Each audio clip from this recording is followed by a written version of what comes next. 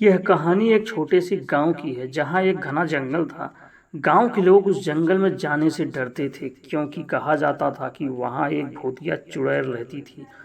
उसकी कहानी गांव में पीढ़ियों से सुनाई जा रही थी। कहते थे कि वह चुड़ैल रात के समय जंगल में घूमती है और जो कोई भी उसे देख लेता है वह वापस नहीं लौटता। गांव के लोग इस बात को बहुत गंभीरता से लेते हैं।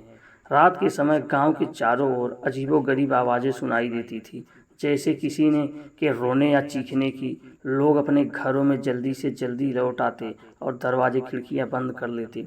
एक दिन गांव का एक युवक रामू, जो इन बातों पर विश्वास नहीं करता था, उसने चुड़ैल की कहानियों को झूठा समझा। रामू ने अपने दोस्तों से कहा, मैं इस चुड़ैल की कहानी को सच साबित करके दिखाऊंगा।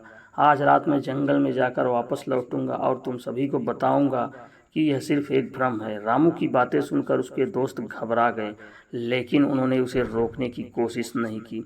रात होते ही रामू एक मशाल लेकर जंगल की ओर चल पड़ा। जंगल में घुसते ही उसे एक अजीब सी ठंडक महसूस होने लगी, लेकिन वह अपने संकल्प पर दृढ़ रहा।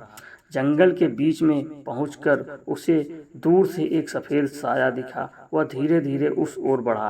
पास जाने पर उसने देखा कि वह एक औरत है जो सफेद साड़ी पहने पेड़ के नीचे बैठी है। उसकी आंखें बिल्कुल सफेद थी और चेहरा बेहद भयानक।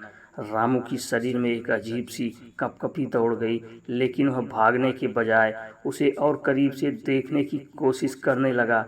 जैसे ही उसने चुड़ैल से बात करने की कोशिश की, चुड़ैल ने एक डरावनी हंसी के साथ उसकी ओर देखा और अचानक गायब हो गई। रामू वहीं बेहोश हो गया।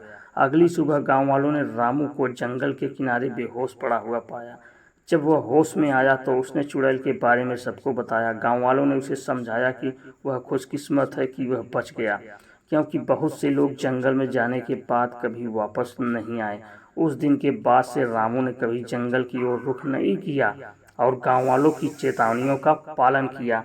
तो दोस्तों, ऐसी ही वीडियो के लिए हमारे चैनल को सब्सक्राइब करके वीडियो को लाइक और शेयर जरूर कर दीजिए।